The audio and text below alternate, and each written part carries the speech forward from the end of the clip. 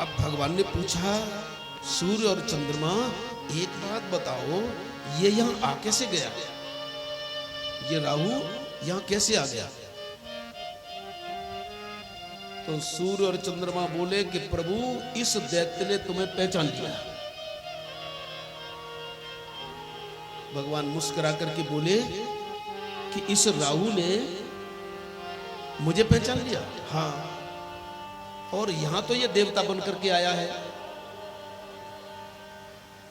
तो राहु, ये चंद्रमा सूर्य बोले कि भले ही देवता का सा रूप बना करके आया है, लेकिन हमने इसे पहचान लिया, इसलिए आपको बता दिया। तो भगवान बोले कि यह राहु दैत्य है, लेकिन मुझे पहचान लेता है, और तुम एक देवता हो, दैत्य को पहचान लेते हो, बड़ा कौन है? एक दैत्य की पहचान जो करे वो बड़ा है कि एक परमात्मा की पहचान करे? तो भले ही ये दैत्य है, लेकिन इसने मुझे पहचान लिया है, लेकिन तुम देवता तो बिल्कुल मूर्ख हो जो एक दैत्य की पहचान कर रहे हो। भले ही दैत्य है, लेकिन मुझे पहचान लिया है, और मेरा सिद्धांत है, जो मुझे पहचान लेता है मैं उसे अमृत जरूर पिलाता हूं। मुझे पहचान ले और उसे अमृत न पिलाऊं? उमा राम स्वभाव जहि जाना, ताय भजन तज भाव न आना, इसलिए मैंने इसे पिला दिया। तो प्रभु इतना करो, जो कुछ हो गया सो हो गया, हम हाथ जोड़ करके विनती करें, अब इसे मार तो दो। अब भगवान अपने रूप में आए, सा मोहिनी रूप छोड़ा, चक्र स्मरण किया और राहु के ऊपर प्रहार किया, एक के दो हो गए। जब नहीं मरा तो भगवान आनंद से नाचने लगे। अब सूर्य चंद्रमा और बोले कि महाराज ये मरा नहीं और आप नाच रहे हो? बोले नाच इसलिए रहा हूं कि बिल्कुल पहचान हो गई अमृत ही है, बिल्कुल पहचान हो गई अमृत है, क्योंकि यदि अमृत नहीं होता तो ये मर जाता। अब बिल्कुल पक्की पहचान है कि ये अमृत है। पिबत राम नामामृतम। और वहां लीला को आगे बढ़ाते हुए परीक्षित महाराज से सुखदेव जी कहने लगे, बेटा ये अमृत क्या है? सुन, भगवान का नाम ही अमृत है, जो सागर मंथन से निकलता है। इस संसार का आप मंथन करो, जब इसका मंथन करोगे तो इसका मंथन करने के बाद, इसको जानने के बाद तुम्हें मालूम पड़ेगा, स्वार्थ मीत सकल जग माही। स्वार्थ मीत सकल जग माही।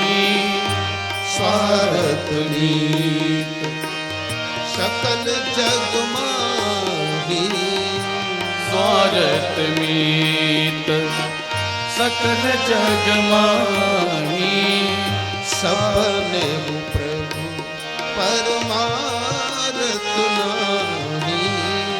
सपने प्रभु परमारथ नाही। सपने प्रभु परमारथ नाही। सपने प्रभु परमारथ नाही। स्वार्थ मीत सकल जग माही।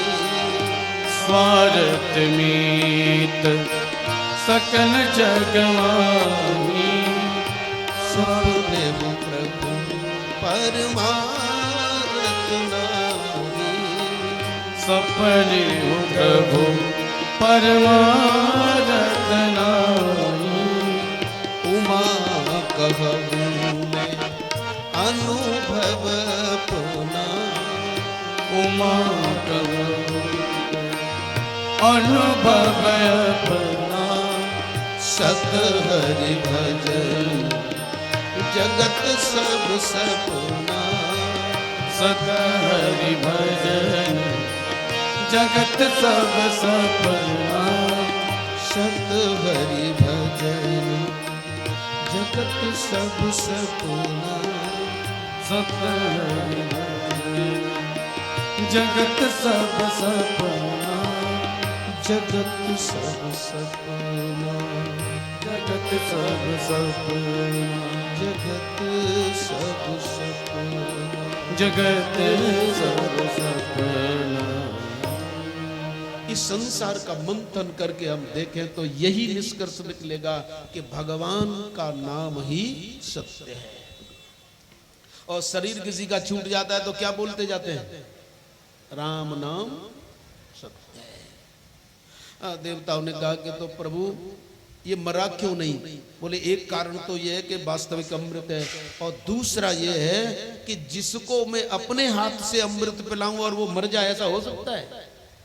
मैं जिसे अमृत पिलाऊं वो मर नहीं सकता। और यहां तक मैं कहता हूं कि ये अमृत मेरा नाम है, मेरे नाम का पान जो करता है उसके ऊपर तो मेरा चक्र भी असर नहीं करता, यमराज का दंड तो क्या करेगा? इसलिए जब मेरे चक्र का उस पर असर नहीं होता तो यमराज, बताओ ईमानदारी से, सूर मर गए? नहीं मरे ना। तुलसी, मीरा, कबीर, चैतन्य महाप्रभु, नरसिंह सब जिंदा है। क्योंकि महान पुरुषों का शरीर होता है वो यशोधन होता है। यशोधन भवन्ति महान पुरुषः। महान पुरुषों का जो शरीर होता है वो यश का शरीर होता है। बोलो भक्त वत्सल भगवान की जय, मोहिनी भगवान की जय। और इस सागर मंथन से क्या निकला? तेरा तुझको अर्पण। भगवान लाए थे अमृत, भगवान के पास पहुंच गया। और दूसरी बात यह है कि जो भगवान के पक्ष में रहते हैं उन्हें अमृत जरूर मिलता है, क्योंकि देवता भगवान के पक्ष में थे, अथवा भगवान देवताओं के पक्ष में रहकर के सागर मंथन किया। भयंकर युद्ध हुआ, बहुत सारे दैत्य मारे गए, यहां तक कि बलि भी मारे गए। अब की बार जो देवता मरे हैं उन्होंने अमृत पी लिया, जीवित हो गए। शुक्राचार्य जी ने बलि के शरीर को लिया और एक पर्वत पर जाकर के अपनी संजीवनी विद्या के द्वारा उन्हें पुनः जीवित किया।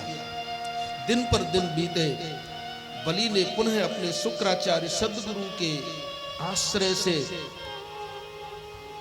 पुनः सेना संगठित की, स्वर्ग पर आक्रमण किया।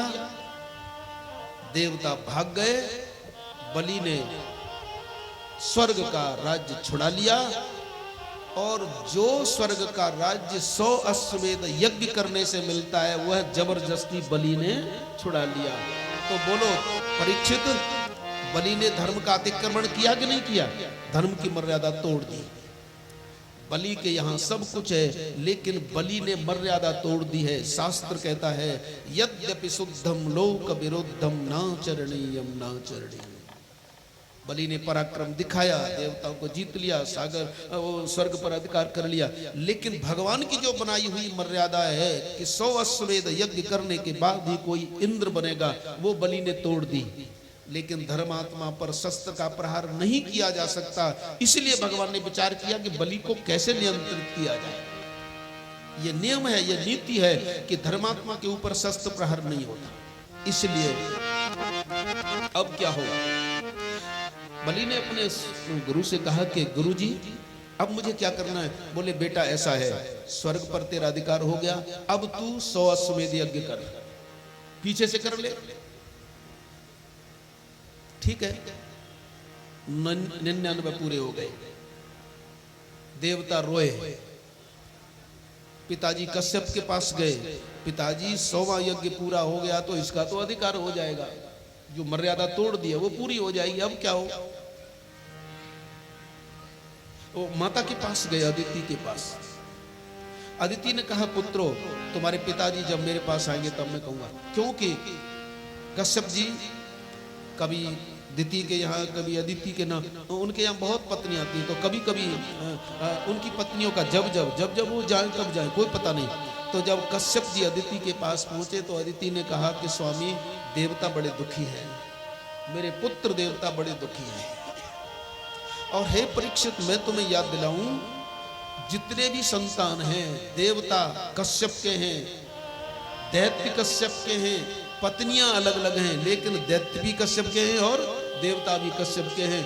तो अदिति ने जब रोना रोया कि स्वामी मेरे बेटा देवता दुखी हैं। तो कश्यप कहने लगे कोई भी दुखी हो, एक तो दुखी रहेगा, लेकिन मैं क्या करूं, मेरे तो सब है, आप कोई उपाय बताओ। तो कश्यप जी ने अपनी प्रिया देवहूति को एक व्रत बताया, इसका पालन करो, भगवान तुम्हारे यहाँ आएंगे, लोक की स्थापना होगी, मर्यादा की स्थापना होगी। तो अदिति ने व्रत का पालन किया और उस व्रत के पालन करने से स्वर्ग में अदिति के यहाँ वामन बनकर भगवान प्रकट हुए। बोलो वामन भगवान की जय। तो ये जो वामन भगवान का अवतार हुआ, ये कहाँ हुआ? ये स्वर्ग में हुआ है। वामन भगवान प्रकट हुए। वामन क्यों कहा? क्योंकि उनका जो श्री विग्रह था वो वामन अंगुल का था, वामन अंगुल का था। किसी ने प्रभु से पूछा कि आप वामन हैं? बोले हाँ। वामन, वामन का मंत्र क्या होता है?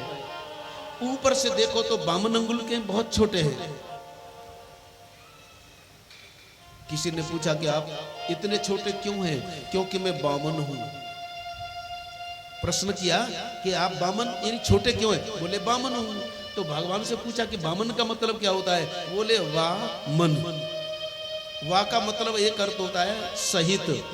जैसे कोई घर आया है, बोले वा इज्जत ले आओ, कहते हैं ना इज्जत सहित। तो वामन का मतलब है मैं मन सहित आया हूं। और जो कोई भी मन को स्वीकार कर लेता है तो मन एक ऐसी बुरी चीज है कि वो फिर छोटा ही बना देती है। यदि मन को स्वीकार कर लोगे तो मांगना जरूर आएगा, और जहां मांगना होता है, भगवान भी यदि मांगने के लिए तैयार रहते हैं तो वो भी छोटे हो जाते हैं। इसलिए मांगो मत किसी से, मांगना बहुत बुरा है।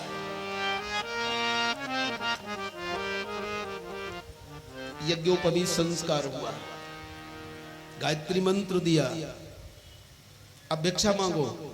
भगवान वही स्वर्ग में सबसे भिक्षा मांग रहे हैं, वहां सब हैं, ब्रह्मादि देवता हैं, आदि आदि आदि सब ये सबसे मांगा, लेकिन झोली भरी नहीं। पिताजी मेरी झोली भरी नहीं, मैया के पास जाओ, नहीं भरी। ब्रह्मा जी ने मुस्कुरा करके कहा ये तो झोली बलि के यहां भरेगी, आप वहां जाओ। ठीक है। तो भगवान स्वर्ग से नीचे धरा पर आए, और वो जहां आए थे, ये बलि ने जहां यज्ञ किया उसे आज कहते हैं भरूच।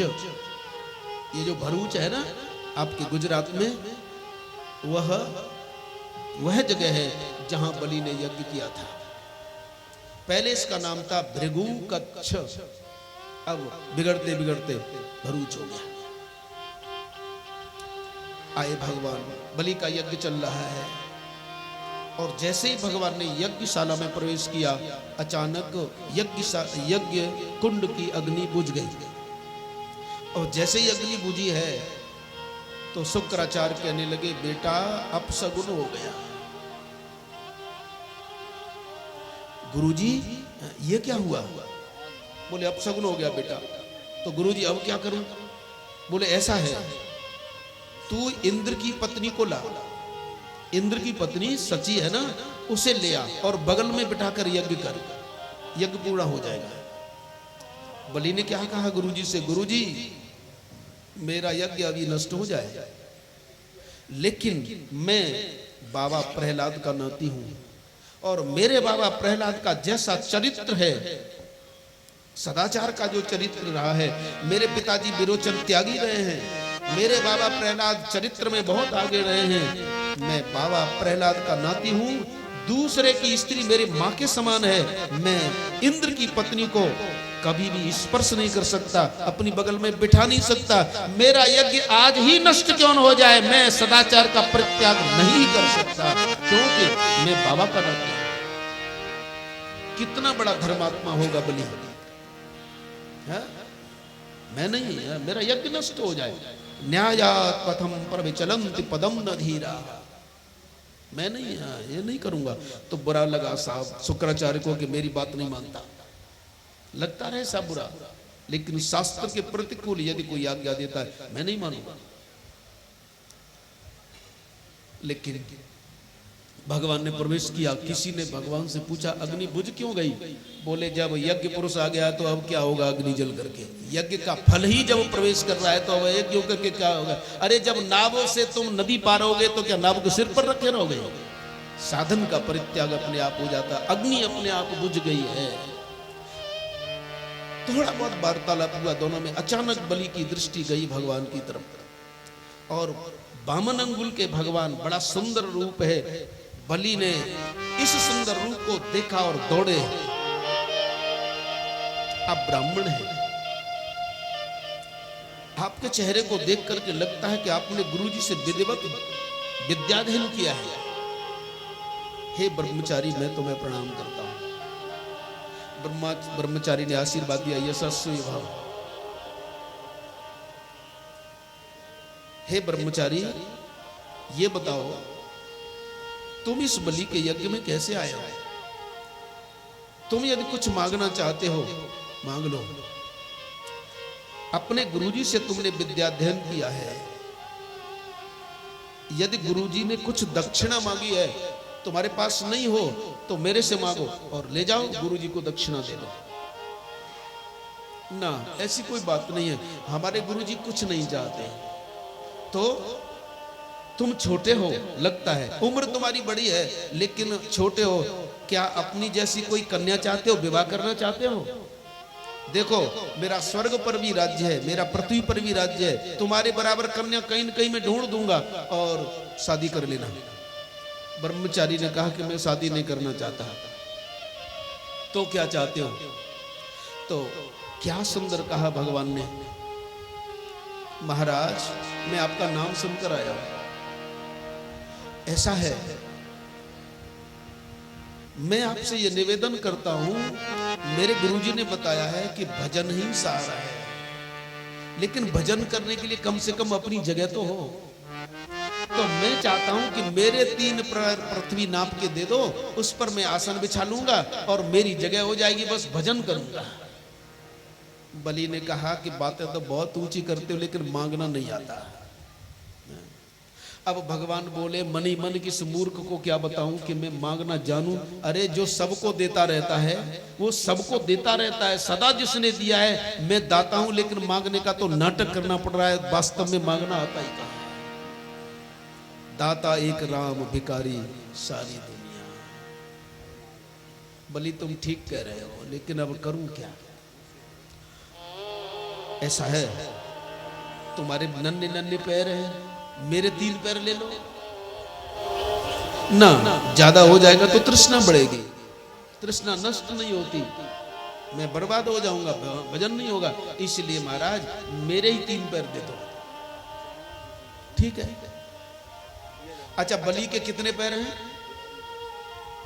अरे जितने तुम्हारे उतने बलि के, 2 ही पैर तो हैं। और क्या कह रहा है? मेरे 3 पैर ले लो। बलि के हैं 2 पैर, लेकिन क्या कह रहा है? मेरे 3 पैर ले लो। भगवान बड़े हंसे। देखो, 2 पैर वाला कह रहा है कि मेरे 3 पैर ले लो। तो किसी ने तर्क किया कि भगवान के भी तो 2 पैर हैं। तो कह रहे हैं ये भगवान ब्रह्म है और ब्रह्म के 4 पैर होते हैं। ये वेदांत की प्रक्रिया है कि ब्रह्म चतुष्पाद होता है। तो वो तो चतुष्पाद है, अपने 3 पैर मांग रहा है, लेकिन इस जीव के तो मनुष्य के 2 पैर हैं और कह रहा है कि 3 पैर दे दूं। और आप यदि सत्यता से विचार करें तो आप 2 ही चीज दे सकते हैं, या तो धन दे सकते हैं या धन से मिलने वाली वस्तु दे सकते हैं। बोलो, तीसरी चीज दोगे कोई? ये जीव या तो धन दे सकता है या धन से मिलने वाली 2 ही चीज ये जीव दे सकता है, और कह रहा है 3 चीजें दे दूं, 3 पैर ले लो। तो बलि को थोड़ा अहम आया। भगवान ने सोचा चल इसे ही लेने के लिए आए हैं। देखो, हमारे भगवान हैं, उनका नाम है मदन, मोह न उनमें मद है न मोह है। और किसी का परमात्मा तो मोहम्मद है, मोह भी है और वहां और ये तो ऐसा ही है, ऐसा बहुत छोटा है, लेकिन इसका प्यारा भोजन है कि वह अहम खाता है। भैया हमें हमारे 3 पैर बोले ठीक है, अच्छा तो मैं संकल्प पढ़ता हूँ। अब शुक्राचार्य जी ने देख लिया साहब, अरे ये बालक नहीं है, ये तो कपटी विष्णु है, ये कोई ब्रह्मचारी नहीं है, तो कपटी विष्णु है। दौड़े, हाथ पकड़ा, बलि का इधर आ। बोले गुरुजी क्या है, तुझे पता है ये कौन है? बोले बिना गुरुजी के बताए बोध कैसे होगा, गुरु बिन होय कि ज्ञान। आप गुरुजी हैं, बताओ मुझे। बोले ये कपटी विष्णु है। बोले विष्णु है ये? मनी मन प्रणाम किया बलि ने।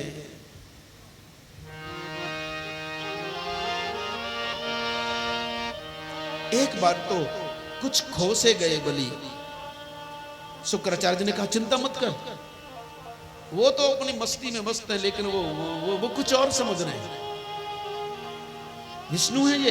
बोले हाँ गुरुजी, आपने जो कहा, आपकी वाणी असत्य नहीं हो सकती। अब मुझे क्या करना है? तो शुक्राचार्य कह रहे भूल से भी संकल्प मत कर देना, भूल से मन दे देना। बोले मैं भूल से नहीं, समझ के दूंगा। मैं भूल से नहीं दूंगा, मैं सोच समझ करके दूंगा। ओ पागल, तुझे मालूम है कि ये 3 पैर के बहाने से तेरा सब कुछ ले लेगा। तो बलि ने पूछा गुरुजी, इसने मेरा सब कुछ लेने का मन बना लिया है क्या? बोले हाँ। तो बलि ने कहा गुरुजी, यदि इसने मेरा सब कुछ लेने का मन बना लिया है तो रोक कोई नहीं सकता, क्योंकि राम करना चाहे सोई किसी के मन की होती है। जब इसने मेरा लेने का मन बना लिया है तो मेरी समझदारी इसी में कि इसे सहजता से दे दिया जाए, और सहजता से दे दूंगा तो दानी पने में मेरा नाम लिख जाएगा। जब इसने लेने का मन बना लिया है, इसलिए सहजता से दे दो तो दे दो, वो मेरा तो वैसे ही नाम हो जाएगा। अब मैं बताऊं गुरुजी, ये मेरा कुछ लेने के लिए नहीं आया। यहां बलि ने जो ऐसी बात कही है, गुरुजी से कहा गुरुजी ये कुछ लेने के नहीं आए, ये मुझे देने के लिए आए। क्या कह रहे हो तुम? बोले गुरुजी, अब तक तो ये दाता थे, भगवान अब तक दाता थे, लेकिन आज मुझे दातापन का यश देने के लिए आए हैं कि सबको देने वाला परमात्मा बलि के सामने भिखारी है। इस बलि को दातापन का यश देने के लिए आए हैं, इसलिए गुरुजी मैं जरूर दूंगा। शुक्राचार्य जी को बहुत बुरा लगा, प्रण किया, निश्चय किया कि जब तक मेरा दम में मैं संकल्प पूरा होने ही नहीं दूंगा। इतने बड़े योगी हैं कि छोटे बनकर के सागर में प्रवेश कर गए, क्योंकि न टोटी से जल गिरेगा न संकल्प होगा। भगवान विचार करने लगे, वारे गुरु। अब शुक्राचार्य अंदर बैठ करके आंख लगाए हैं कि एक बूंद भी जल न गिर जाए, और भगवान विचार करने लगे, देखो ये भी गुरु है जिसकी दृष्टि जड़ जल पर तो है, इस गुरु की दृष्टि जड़ पर तो है, जल पर तो है, लेकिन मुझे चेतन परमात्मा पर नहीं है। और जिस गुरु की चेतन परमात्मा पर दृष्टि नहीं है वो गुरु है क्या? और वो आंख है क्या? वह क्या आंख है जो जड़ को तो देख रही है लेकिन परमात्मा को नहीं देख रही? तो भगवान ने विचार किया, जो आंख जड़ को देख रही है उस जड़ आंख को फोड़ दो, जो आंख भगवान को न देख सके उसको फोड़ दो। दिल वाले हैं हर चंद जिगर वाले, हर चंद जिगर वाले, दिल वाले हैं हर चंद जिगर वाले, दिल वाले हर चंद जिगर वाले, दिल वाले हैं हर चंद जिगर वाले हैं, हर चंद जिगर वाले। सभी गाइए, बोलिए अपनी हरि बोल। दिल वाले हैं हर चंद जिगर वाले, दिल वाले हर चंद जिगर वाले, जो देखने की चीज थी देखी न गई, जो देखने की चीज देखी न गई, जो देखने की चीज थी देखी न गई, जो देखने की चीज देखी न गई। यो कहने को हम लोग नजर वाले हैं, यो कहने को हम लोग नजर वाले हैं, यो कहने को हम लोग नजर वाले हैं, यो कहने को हम लोग नजर वाले हैं। दिल वाले हैं हर चंद जिगर वाले, दिल वाले हैं हर चंद जिगर वाले हैं, वाले हैं हर चंद जिगर वाले, दिल वाले हैं हर चंद जिगर वाले। एक नयन करता जा भवानी, एक नजर करता जा भवानी, एक नयन करता जा भवानी, एक नजर करता जा भवानी, एक नयन करता जा भवानी, एक नजर करता जा भवानी।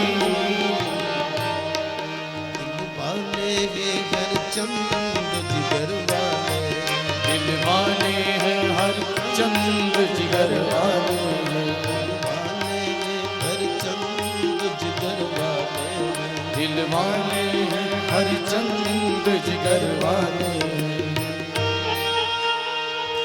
देख लो साहब, भगवान देख रहे हैं कि देखो कितना बड़ा योगी है ये शुक्राचार्य, कितने बड़े योगी हैं कि इतना छोटा रूप बनाया लघिमा सिद्धि के द्वारा कि सागर में बैठ गए और देखने लगे कि जल न गिर जाए, है ना, कितना बड़ा योगी है।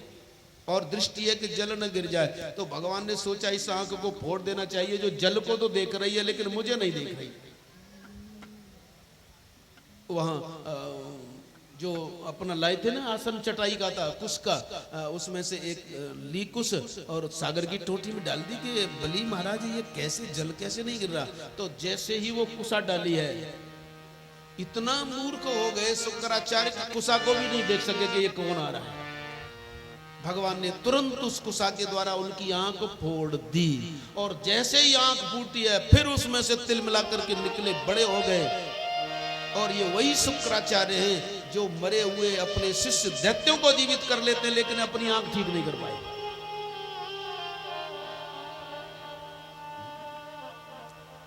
और सुखदेव जी महाराज कह रहे हैं कि यदि कोई दान कर रहा हो और तुम बीच में उसमें टांग लगाओ तो समझ लो आंख फूटने वाली है, इसलिए जो दे उसमें टांग मत लगाना, देने देना। अब तो हाथ जोड़े शुक्राचार्य जी ने, प्रभु मेरी गलती क्षमा करो। बोले जाओ भजन करो। शुक्राचार्य भजन करने के लिए चले गए। संकल्प हुआ, भगवान बोले बलि अब हम नाप लें। बोले प्रभु नापो। बामन बनकर आए थे, विराट बन गए। एक पैर से पृथ्वी को नाप लिया, एक पैर से स्वर्ग को नाप लिया और बलि का 2 ही जगह राज्य था। अब भगवान क्रोध से बोले ओ मूर्ख, बता अब तीसरा पैर कहां रखूं।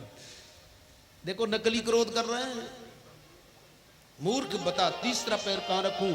जो अपने संकल्प की पूर्ति नहीं करता उसे नरक में जाना पड़ता, तुझे नरक जाना पड़ेगा। लेकिन बलि घबराए नहीं। किसी ने कहा बलि घबरा क्यों नहीं रहे हो। बोले भगवान सामने खड़े हैं तो घबराऊं किससे। यदि भूत हो तो मैं घबराऊं, यदि आगे भूत है तो डरो, और भगवान है तो क्या डरने की आवश्यकता। वीतराग भय क्रोध, मैं क्यों डरूं। और यही नहीं, भगवान ने कहा कि तुम्हें नरक में जाना पड़ेगा। और आप जानते हैं कि जब भगवान ने विराट रूप धारण किया है, एक पैर से पृथ्वी एक पैर स्वर्ग में गया, तो ब्रह्मा जी ने सोचा कि बहुत अच्छा मौका है, चलो इनके पैर को धो लो। तो भगवान के पैर को धोया, कमंडल में रख लिया, वही आगे जाकर के फिर गंगा बनी है। तो भगवान ने जब जोर से कहा कि बलि तुम्हें नरक में जाना पड़ेगा क्योंकि तुम संकल्प की पूर्ति नहीं कर पाए हो, तो बलि बोले कि मैं तो नरक में जाऊंगा, नरक में तुम्हें भी जाना पड़ेगा।